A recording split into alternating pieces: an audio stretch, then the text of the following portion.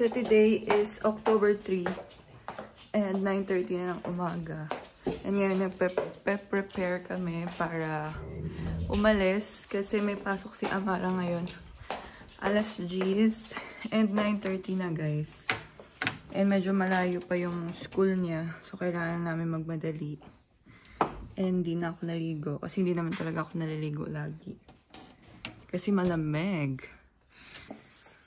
Ito yung lagi kong sinusuot guys. Kasi madali lang siyang suotin. Tsaka mapapartner mo siya sa lahat. So yan na. We're ready to go.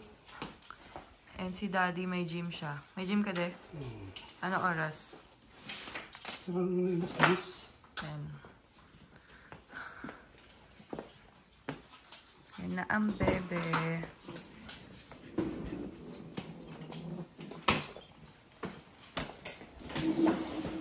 And si Fraser, may iwan dito sa bahay. Are you excited to go to school? Are you excited to go to school?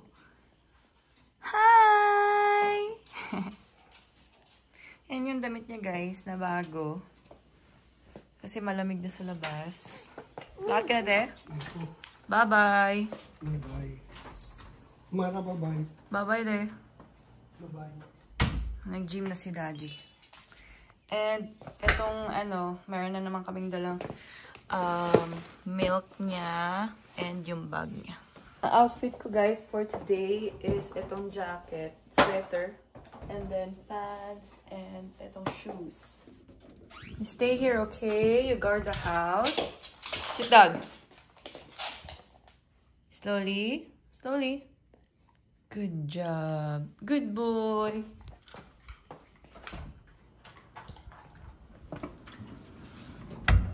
And guys, paalis na kami. Kasi nga, malilate na kami. Magbabiyahe pa kami ng malayong malayo. Hindi naman malayo, mga 20 minutes siguro. Uy, merong dito guys, oh, free. Take me, free, mga tea. Tara, pasok na tayo. Hello! Na-scratch niya pala guys, oh. Ay, nako. Are you excited? Good morning!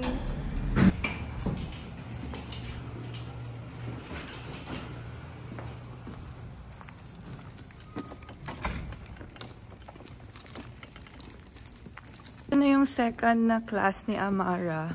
Yung first class niya is September 17 yata or 19. Pero hindi ko yun na vlog. So ngayon, i-vlog ko na siya para makita nyo. Makita nila mami. Diyan sa Pinas, ang kanyang school. Diba guys, amazing. Kasi dito, mga babies, around 3 months pataas. Meron na silang, klase. Guys, biyahe na kami. And 9:42 na ngayon. And alam nyo, malilate na naman kami siguro. Kasi last time, nung first class ni Amara, around 9:40 din kami umalis. And dumating kami doon na mga 10:08. So, ang classes magsa-start ng 10. So, sana makaabot kami. Hindi ako sure. So, ito na ang bebe, very behave. And yung school niya is, ang name is Kids Physiotherapy School. Yun yung, yung mga estudyante doon is around 3 months pataas. And meron din mga toddlers, ganon. And yung purpose nila is, mas palakasin pa yung strength ng mga baby, mga muscles nila. Yun ba yun? Yung exercise sila sa kanilang upper body. Especially sa mga babies, sa mga age ni Amara.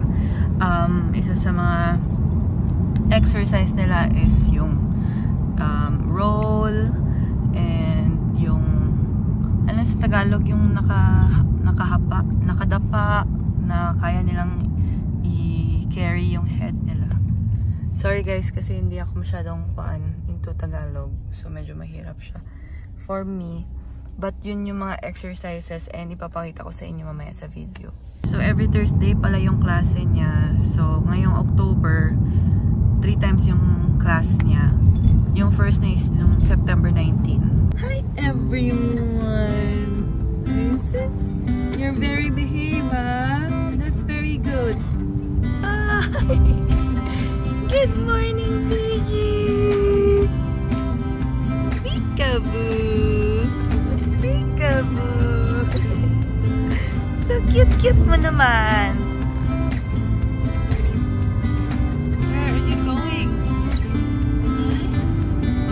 To see your classmates again. Are you excited?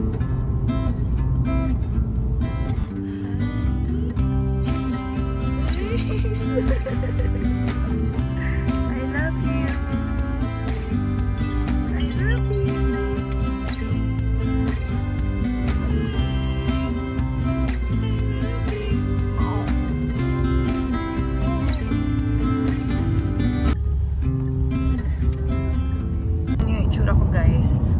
Wala akong ligo. Kasi, anong oras na ako nagising? Around 7:30. And then, nag-pump ako. Kasi, last pump ko kanina, ang madaling araw is around 3:30. So, 7:30, nagka-count ako ng 4 hours, yung interval ko. So, 7:30, nagising ako, nag-pump ako. And then, ng 30 minutes. Tapos, after ng pump, pabis kay Amara hanggang, ewan ko, nakaabot ako ng mga 8:50. Hindi ko na namalayan kasi nag-video call kami ng kapatid ko. So 8:50, doon ko na na-start binihisan si Amara hanggang sabi ko 9 na, akala ko kasi 8 something.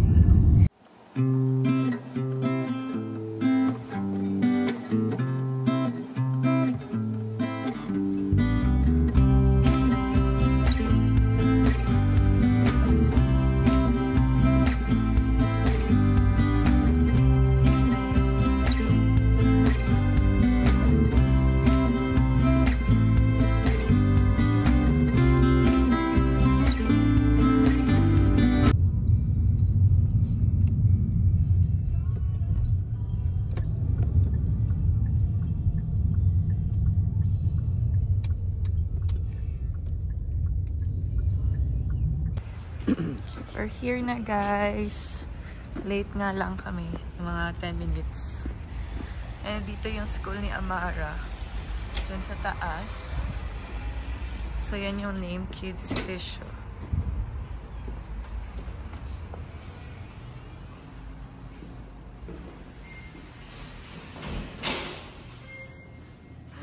Hello. Nice outfit.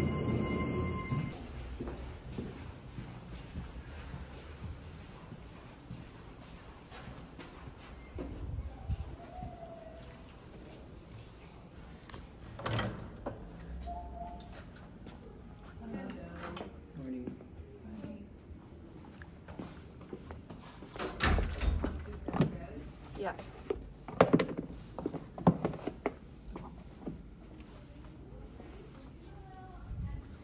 Toes up, yeah. Knees and toes. Stiffens up.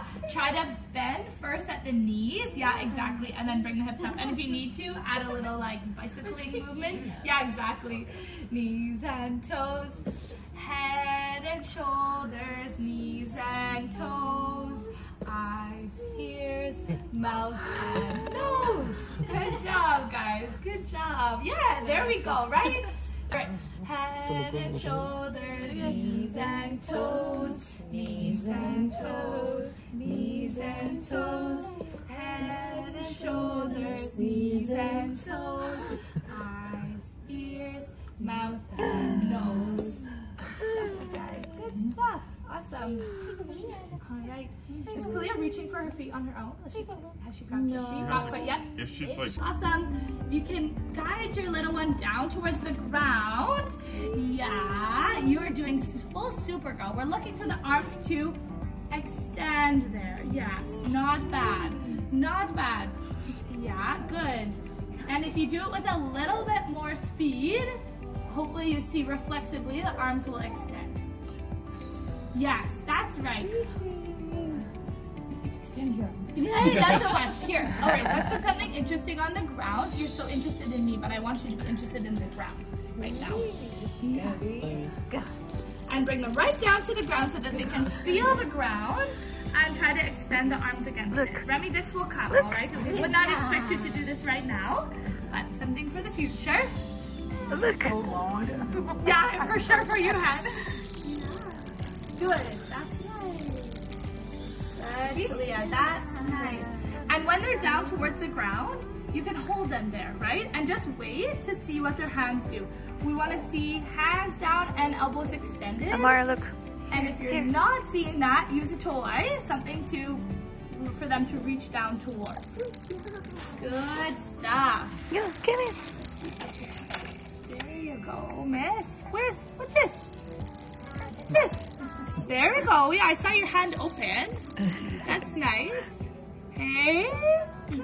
Good job. Good. Over there. Okay, let's see if we can get a little bit of weight in his arms. Hands down. Yeah. No. Hi. Face plant. Okay. Another one? Yeah. All right, so try to get her hands down forward if you can. Yeah. Good job. There you go. Good. Perfect. Nice. Nice. Yeah, you're watching our friend. She's also sitting. Right? Good. Okay. That's fine. Oh, what's the matter? Very good, nice. That's awesome. Lower, yeah, kind of as low as you can go. And then she has to work to stabilize through here, either by putting her hands down or by just like wobbling through the trunk and building the strength there. Yeah, what's this? Do you want that? Yeah, I know it's harder. I've made it hard. Yes, okay. You're good, you're good. Yeah, very good. Good stuff. Yeah, you can stop that. That's okay. That's okay. Look. It's okay. Have a little rest. Have a little rest. Have a play with mom. It's all good. Also like to throw herself. Yes. Yeah. And that. Yeah. So it's still a little tough, but that's the idea, right? That you would have more ability to be upright, move around, and so on. Yeah. That strength through. Stop. Good job. Oh, Remy, are you getting tired? Okay. Any questions about sitting or any of the sitting exercises? Those are okay? Look at that. Things I can do.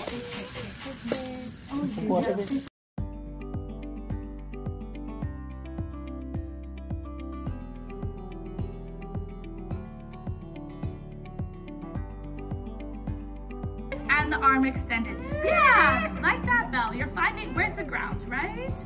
And that's how you're gonna catch yourself when you fall. Yes, can we try the other side? It's developing there on both sides. That's good. Yeah, tricky, but good.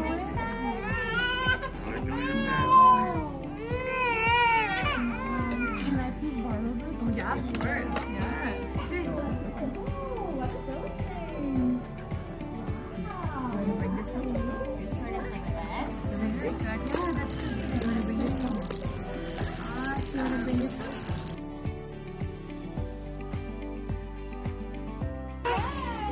Look. Oh. Good job. You see this? Good job. Go.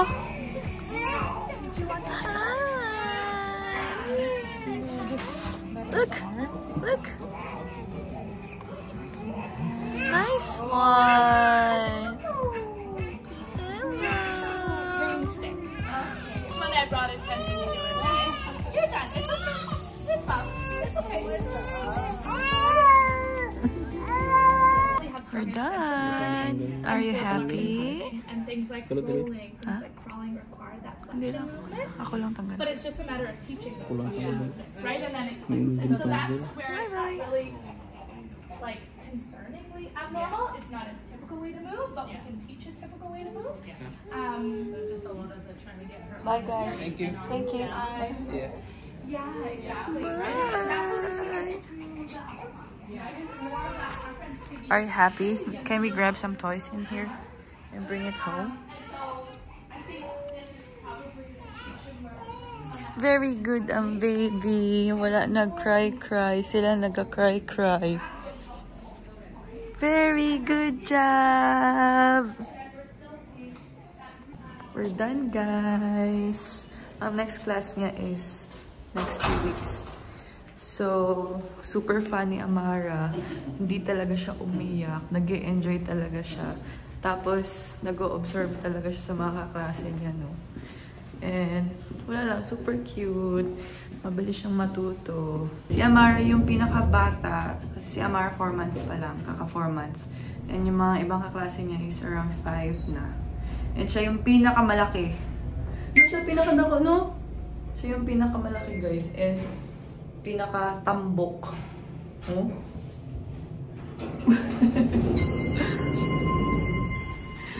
And ngayon, paalis na kami dito. And baka mag-order kami ng food sa Tim Hortons. Ay, kape pala.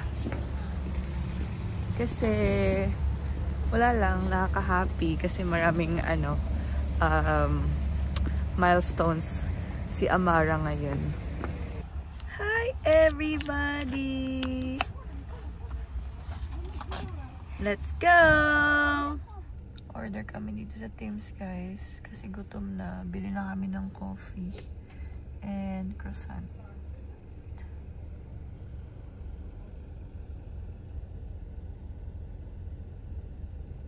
Ito yung in-order ko, guys. Croissant na sausage and egg. Kain!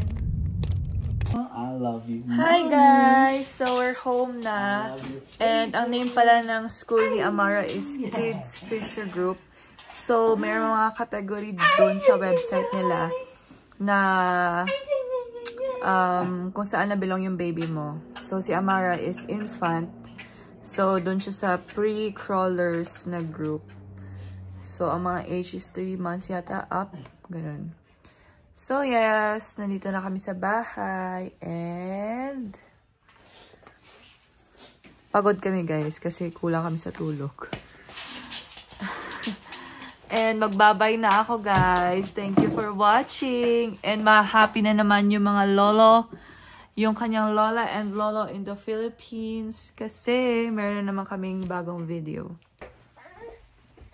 So, bye-bye na, guys. Sayang yung gatas ko. Nakalimutan niya dun sa bintana. Diba, alam niyo yung mga sa mga nagpapump dyan. Pag nagpapump ako, sobrang pagod ako after. Then, gutom. Tapos siya, sinayang niya lang. Oo, alangan. Sinayang niya lang yung gatas ko, guys. Tapos, 6 ounce pa naman yun. Ay, nako. Pero, wala na tayong magagawa. Panis na yun. Kasi, yung mga, yung tagal ng gatas pag sa room temperature is 4 hours lang. So, kaninang morning pa yun. Nanggalit na yung baby. Hi, baby! Hello! Bye, guys! Thanks for watching! See you next time!